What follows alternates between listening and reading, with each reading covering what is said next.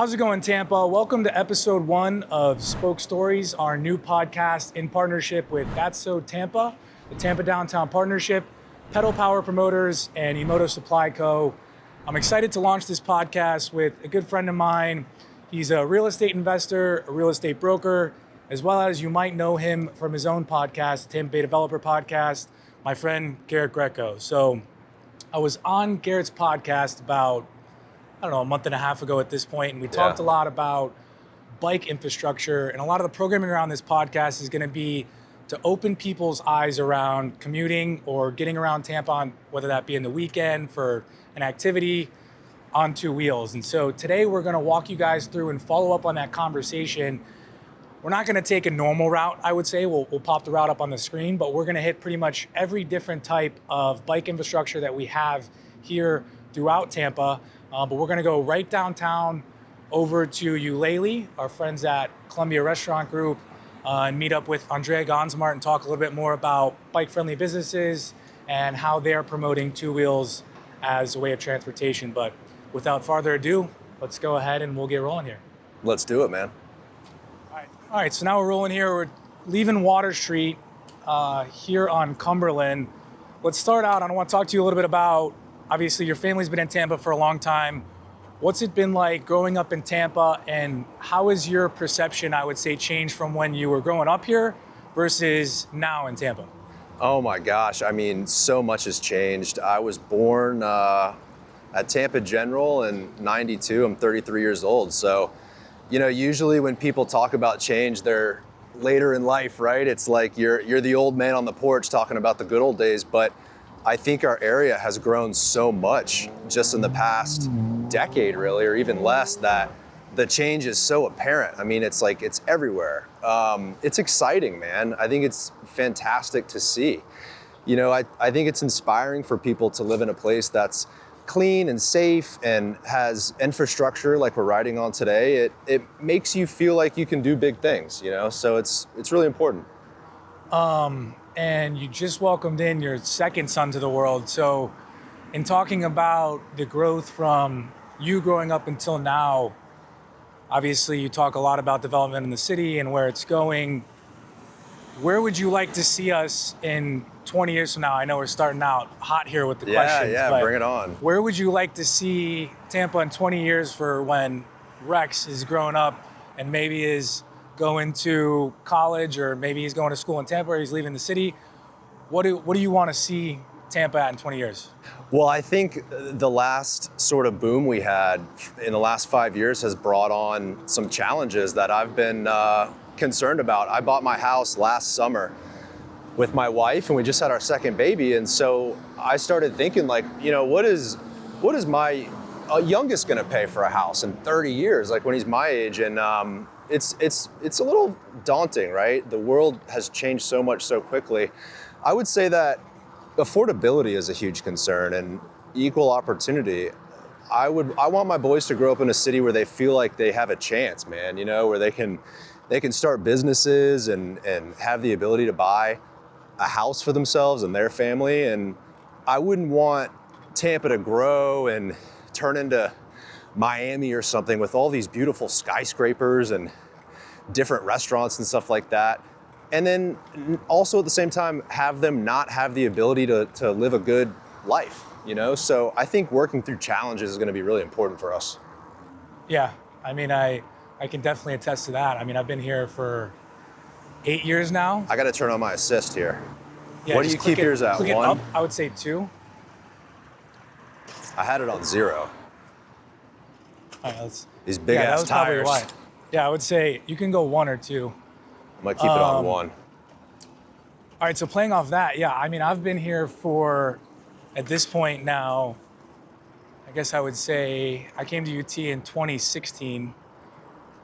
I mean, I'm in startup mode, but we've been renting in Seminole Heights, and the thought of even buying a house at this point in time is like, it's slim. Like we're at a time where our real estate values, the same house that I'm living at in Seminole Heights was, I would say 4 or 5 years ago, 300 grand.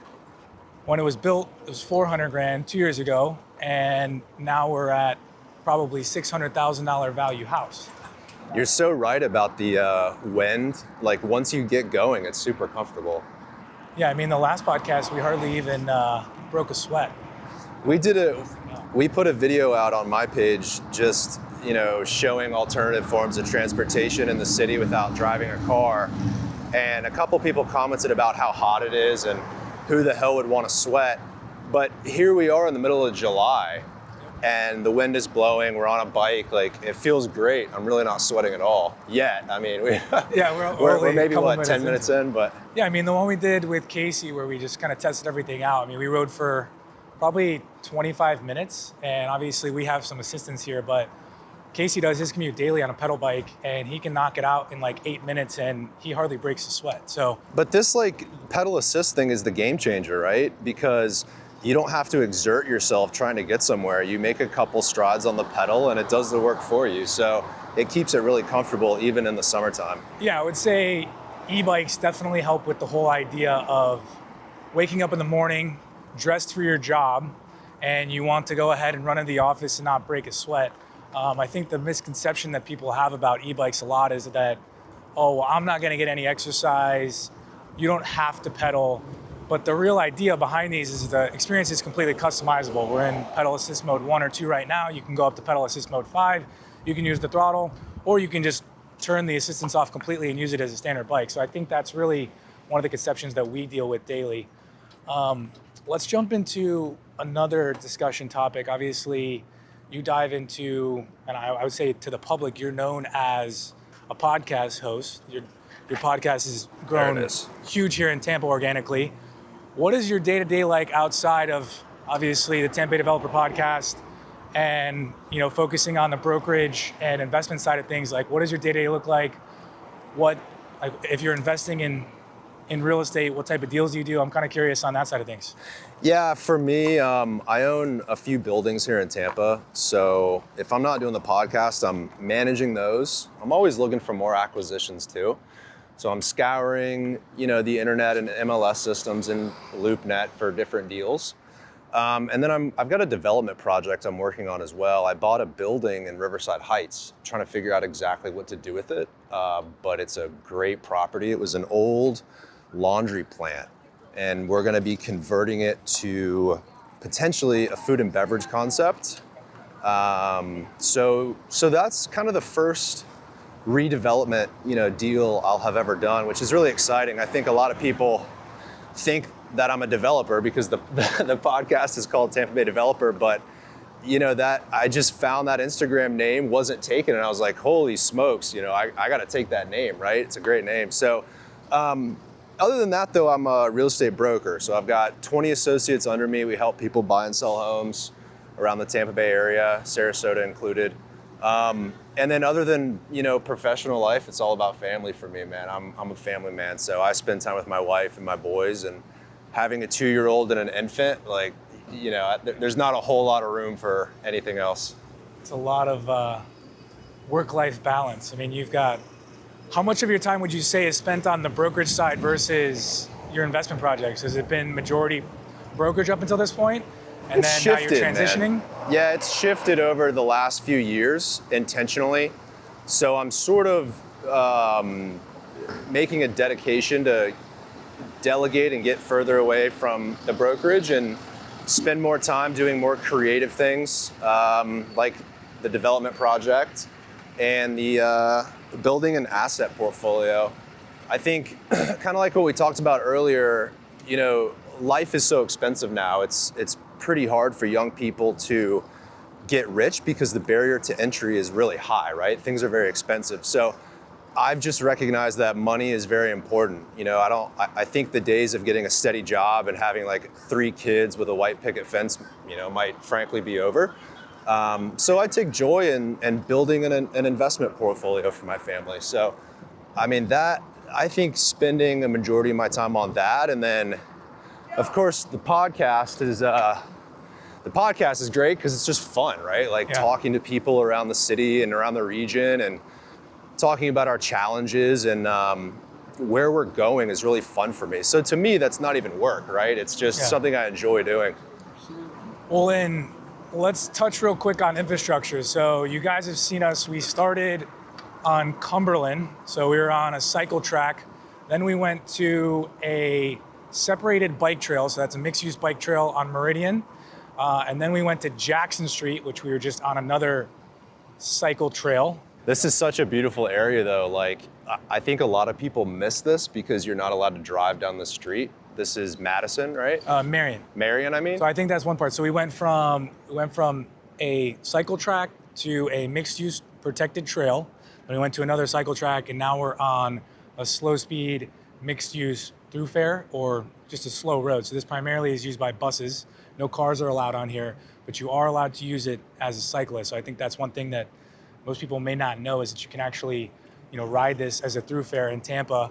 As we're gonna shoot over to Franklin Street, which is another mixed-use slow road. So I think we talked a little bit on the podcast, what makes biking safe? It comes down to either being completely protected from the road in a protected cycle track like we were just in, or a protected trail, mixed-use trail like we came on Meridian, or going on a very slow street with other cars. And so we're gonna hit Franklin Street here, past the Tampa sign, and then really just kind of give you guys an idea. We'll also be hitting Doyle on our way to Ulele, which is another slow speed road that's mixed use that has bumps along the way to slow the speed. And a lot of this is going to play into that new project, the green artery that's going all the way up into North Tampa. So I think that's a lot of when we're talking about bike infrastructure and the growth there. I would say we have a lot of connections now through downtown with the green spot going to Ybor. But that project is obviously going to start expanding us a lot more upward into the Heights district, Seminole Heights, Old Seminole Heights, all the way up into like the Lowry Park Zoo. Yeah, it's important, man. I mean, people need to get around to buy things and sell things and pick their kids up from school and whatever, right? And the more we don't have to use a car, whether it's walking or biking or other means of transportation, the more freedom we have, and the more the ability we have to get around the city in a different way, right? And I think one interesting thing walking or being on a bike does that a car can't really replicate is just this experience, right? If we were in a car right now, you can't hear the city, you can't hear the people, you can't, feel the wind in your face, right? And when you get on a street level and you experience a city like this, it's a whole different experience. Yeah, so as we pass the Tampa sign there, I guess so now you're a third generation involved in the growth of Tampa here. Obviously, you've advocated for development. Your grandpa was the mayor for 2 terms, and your dad was involved as a judge for quite some time. What's it been like kind of growing up?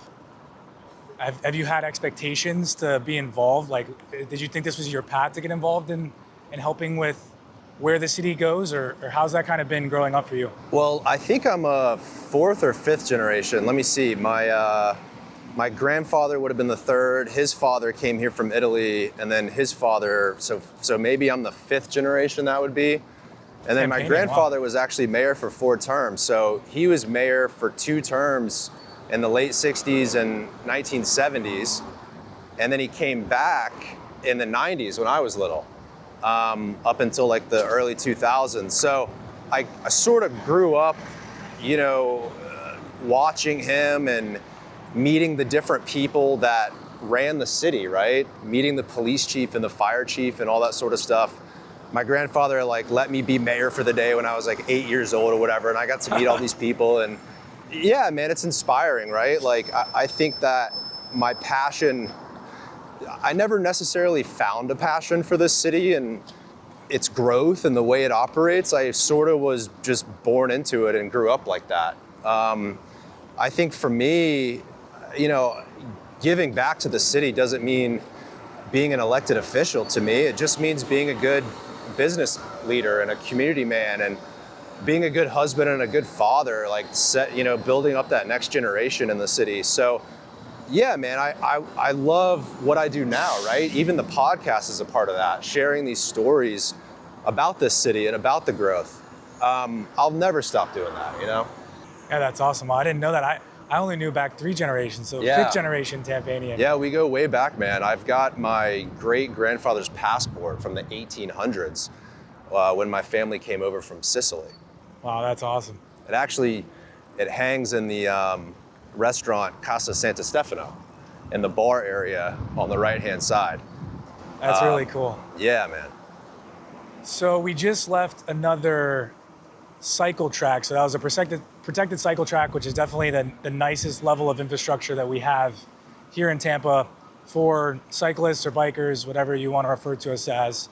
I know one topic that's came up on the podcast, your podcast, a handful of times that I think is a good discussion topic that ultimately would be a dream is taking Beayshore and either cutting off one side of the road and turning it into a large-scale mixed-use path where you have something for runners, walkers, cyclists, and then potentially 2 lanes for cars. What are your thoughts on something like that? I'm not sure where that left off at, but if we even want to chat through that a little bit more. Yeah, man, I think Beayshore is totally, really kind of underserved from an infrastructure standpoint. Looking at it right now, it's a sidewalk that's only about as big as this lane or even smaller, and yet thousands of people use it. People are like tripping over each other. You got a rollerblader and a mother with a stroller and someone on a run, and then you've got a biker too, all on the same sidewalk. It doesn't work. We need more infrastructure. So if you could imagine a large sidewalk that could be serviced for pedestrians and then a bike lane right next to it that was protected, I think that's the best way to go, man. I'd love to see that. I think that, some of the painted bike lanes we have around town, like on Beayshore or like on Dale Mabry, it's just kind of ridiculous, I wouldn't ride on those roads. I wouldn't let my sons ride on those roads. So I think as we move forward in the future and as electric bikes and scooters and bicycles and all these different forms of transportation become more popular, we can't just leave it up to road paint and sidewalks. We got to rethink infrastructure and build that protection in there. Yeah, I think that's a key point there. And you'd have to understand, I think a lot of Slide over a little bit. Yeah, I think a lot of Tampanians from where we're at right now, are not fully sold on this idea of utilizing a bike to get around. I think part of that could be infrastructure. Part of that could be that people haven't wrapped their head around even doing it. A lot of what we do at our store is educating a consumer for the first time, getting on a bike and showing them, what it is like to go and run and grab groceries or what it is like to run and grab lunch. I think something like that on Beayshore or a staple project could really completely transform the way that a lot of people think about commuting. You have to think now it's sort of something that someone has to seek doing to go get on a bike and ride around the weekends, whereas a project like that could completely change the idea. If you think about Atlanta, they have where they converted the railroad there to, I'm blanking on the name of it right now, but the entire railroad is now fully converted into a massive mixed-use path like we're talking about here. And that has really pushed a majority of their people to start adopting that as a way of transportation. So in the way that I think about a project like that, that could be a complete game changer as far as, pushing people to adopt something like this as a means of transportation. Well, think about like across the bridge in Pinellas County, they've got the Pinellas Trail. So they took that old long railroad track through the county and turned it into like a multimodal trail. And you've got, bars and restaurants connected to it. I think it goes from maybe downtown St. Pete up to Dunedin. And it goes all the way up to Dunedin and then back around almost all the way down. It's almost 70 miles long. Is it? That's insane. I think that's fantastic, right? It's also good for exercise too. People use it on the weekends and get outside and get fresh air. And I think if you're trapped in a car, you miss certain things. And, maybe that's why our cities in America have sort of gone downhill in the last 50 years. There's certainly an upswing in the last couple decades of people being more urban and wanting to live in a city and wanting that walkability, craving that convenience. But if you're stuck in a car, you don't notice the chipped, cracked, dirty sidewalk, right? You don't notice the empty storefronts and the sort of the urban decay, right?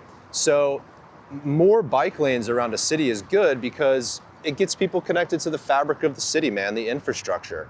So Sarasota's done the Legacy Trail, right?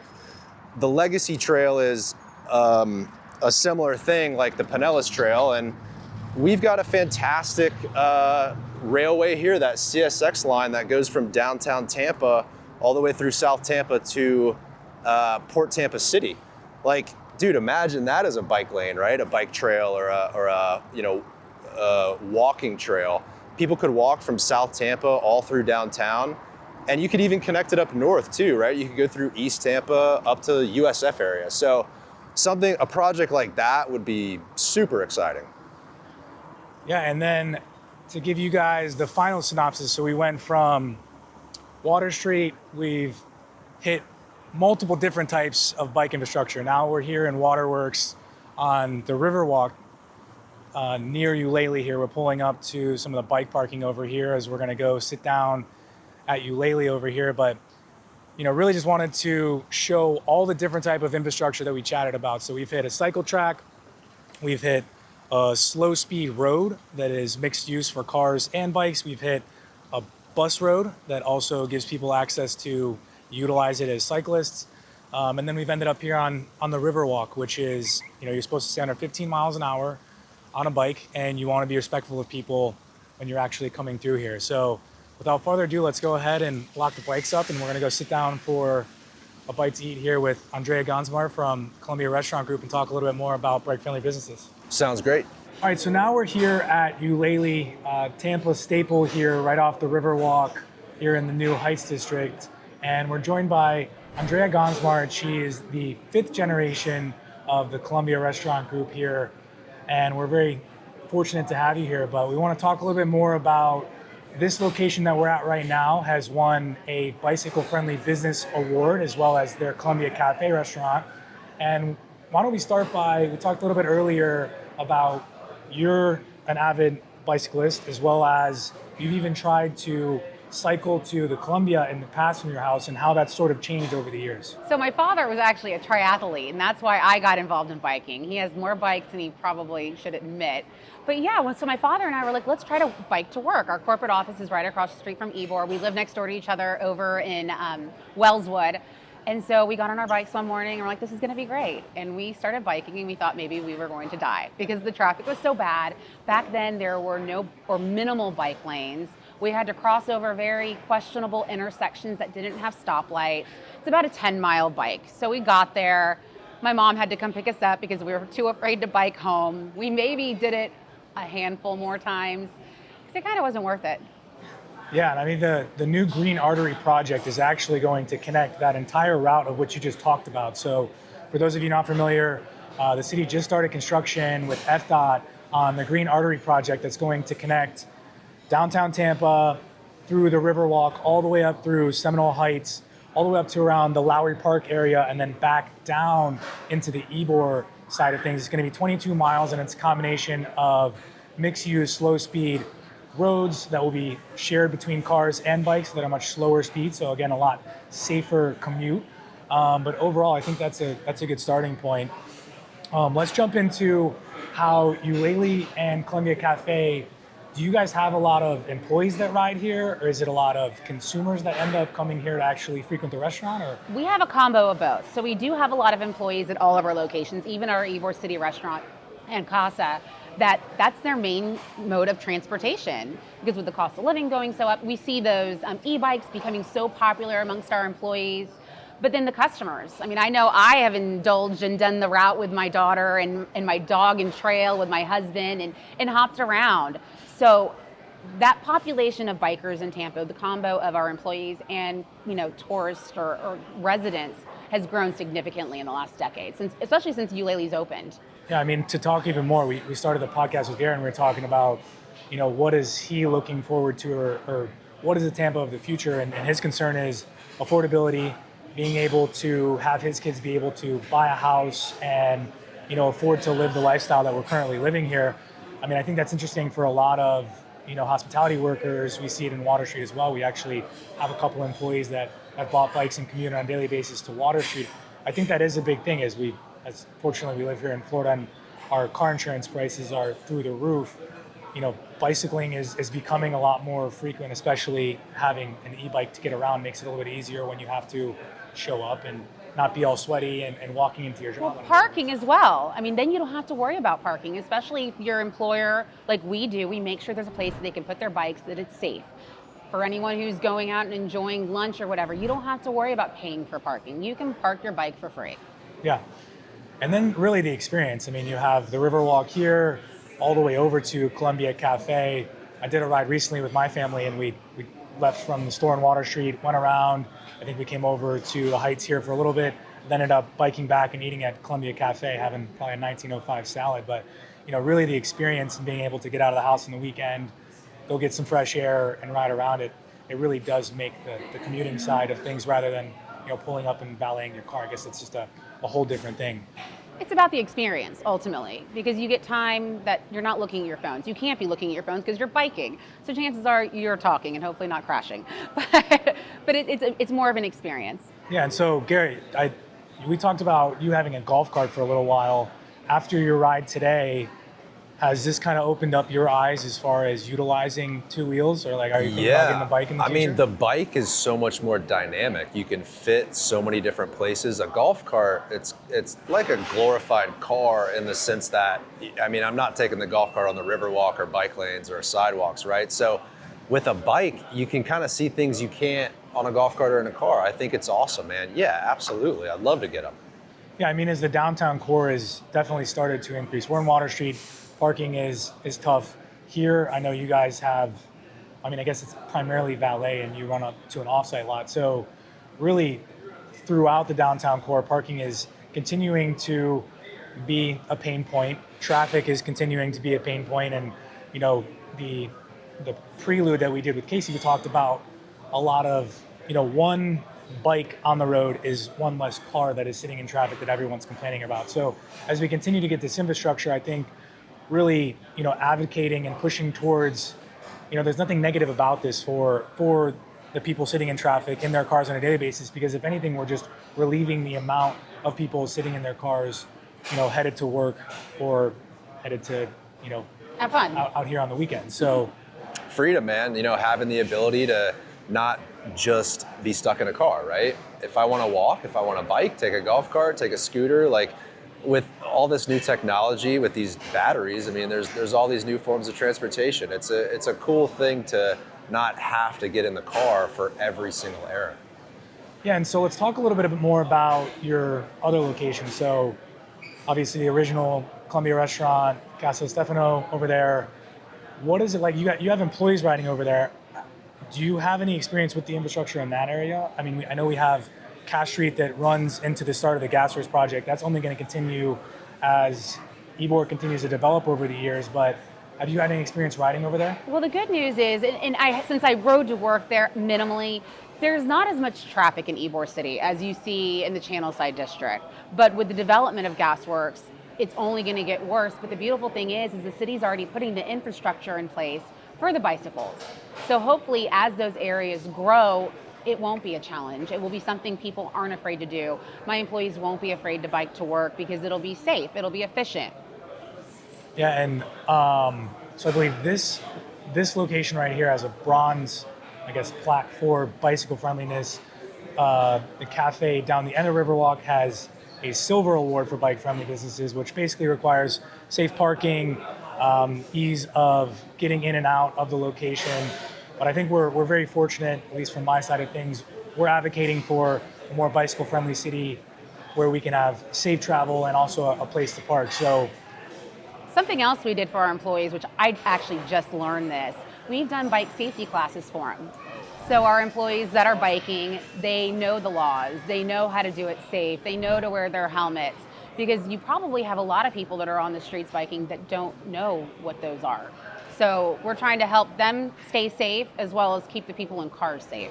Yeah, I think that's one of the pain points that we talked about is the city does have a map that shows you, it's basically a scale of not safe to safe and where you should ride and the thoroughfares. So as we build this infrastructure, I think it's going to be key in, educating how to connect to some of these major thoroughfares that have a 2-lane protected cycle track like we just got off of, or some of these slower roads to ride on But I think that's a big part of it, is sort of visualizing like, okay, I am an employee and I'm trying to commute to Ybor.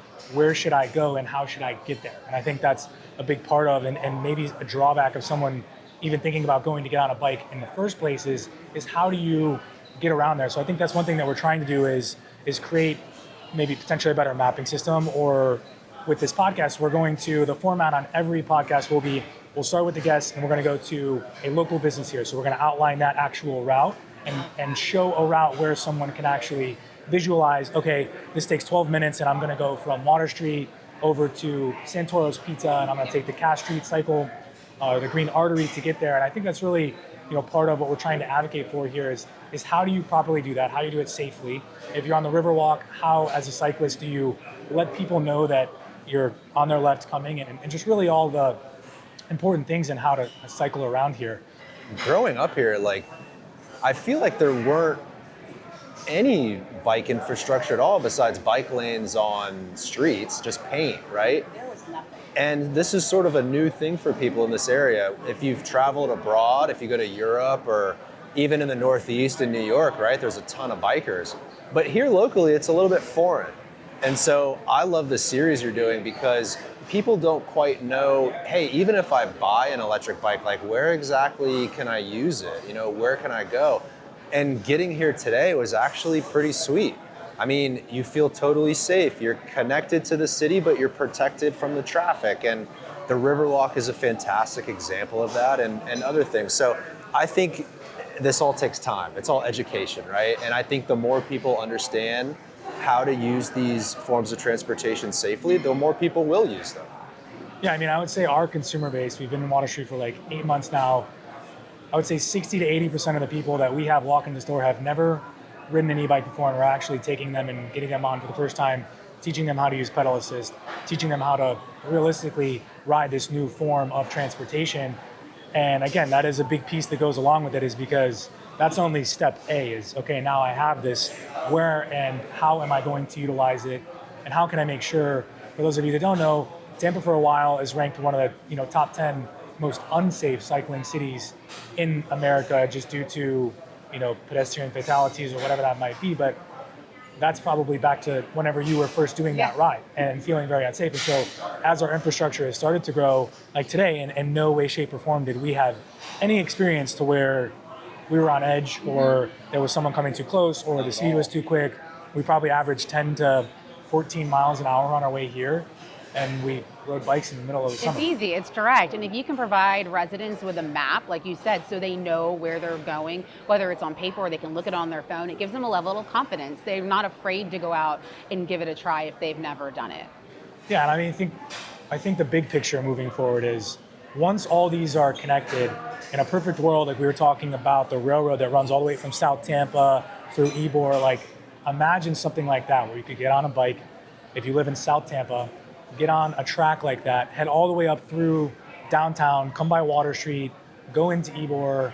If, for example, it's one of the topics that we haven't talked about yet, if the Rays Stadium does end up being there, imagine if you could be riding a bike from South Tampa to an actual baseball game, eating or drinking at local restaurants in the Garretts Development, or stopping at Water Street on the way. I mean, I don't think we can even truly imagine it because we're not there yet, but imagine what that could be in 10 to 15 years from now, where we're fully connected. And ultimately that's going to help with some of the infrastructure issues that we're having right now, with our roadways being just completely clogged with the amount of new people moving to the city, the amount of cars that we have going through here on a daily basis. I think we talked about traffic on your show, and it was a lot of our traffic, obviously it happens on the highways, but in South Tampa it's on two or single lane roads. Like that's 2-lane or 4-lane roads are just sitting completely at a standstill from 8 to 9 in the morning and from 4 to 5 in the afternoon. Yeah, I think driver education is important too, right? I think drivers in the area are probably noticing more bikers and scooters and one wheels and all those other things, right? And if you grew up here and you're used to driving on these roads, you're not really looking out for these people. But as more infrastructure gets built, I mean, look at these people on Segways on the Riverwalk. There's all this new technology, right? And outside of a vehicle, and I think vehicles are going to notice that, and that's going to help too, sort of shift a good point in all of this. I just got back from Paris recently, and I mean, if there's anyone that has set the example, I would say it is them. They have an insane infrastructure. I mean, everywhere you go, there's a bike lane, and people are so used to, one, commuting on a bicycle, and they understand how to do it, but also the drivers are used to there being cyclists around at all times. And I think that's a big part of it. Going back to your point there is, as more people start to do it, you'll have the safety level will go up as drivers start to get more used to this being a way of transportation. So I think for us, it's just, again, advocating how can you safely get around on two wheels and really just creating less friction, less traffic, relieving parking, and ultimately getting out in the beautiful weather that we have here 8 months of the year, which I guess we did this today in the middle of the summer, which I would say is probably one of the 2 or 3 months not to jump on a bike and get outside. But it wasn't bad though, man. It was nice. You know, you get the breeze going. It's a beautiful day. Yeah, it's in nice. all fairness. Absolutely. Well, to kind of wrap us up here, thank you so much for joining us. I wanted to say I'm from Ohio originally. I've been here since 2016, and ironically, my family, we grew up vacationing from Ohio to St. Augustine, and I grew up every single year going down there for Thanksgiving and spring break. We would actually eat at the Columbia restaurant in St. Augustine, and that was like a staple. We actually continued that on this past year. We had dinner at Columbia restaurant here in Ybor. But thank you so much for joining us today and just talking a little bit more about, you know, the promoting that you guys are doing from a small business owner perspective to help with infrastructure and creating bicycle-friendly businesses. And Garrett, thank you so much for joining us today. Lastly, thank you to our partners on this podcast, That's So Tampa, the Tampa Downtown Partnership, as well as Pedal Power Promoters. We really do believe in a future where this is one of the main ways of transportation that we get around. Obviously, we're not expecting every single person to adopt two wheels as a way of transportation, but again, every single person that does that, whether it's for their commute or just something on the weekend, it's going to relieve the congested streets that we currently have. And there's going to need to be other forms of transportation as well. We talk about light rail and all of these different things. Really, I think that's one of the hot topics, the bus system, light rail. If we do end up building this stadium in Tampa with everything that's happening right now, transportation is going to be a huge conversation around how do you get all of the attendees of that game in and out safely and do it without huge congestion. So thank you guys all for tuning in for episode 1 here of Spoke Stories. We'll be launching another 3 to 4 episodes here over the next couple of months. And yeah, thank you guys for tuning in and joining us. Thanks, man.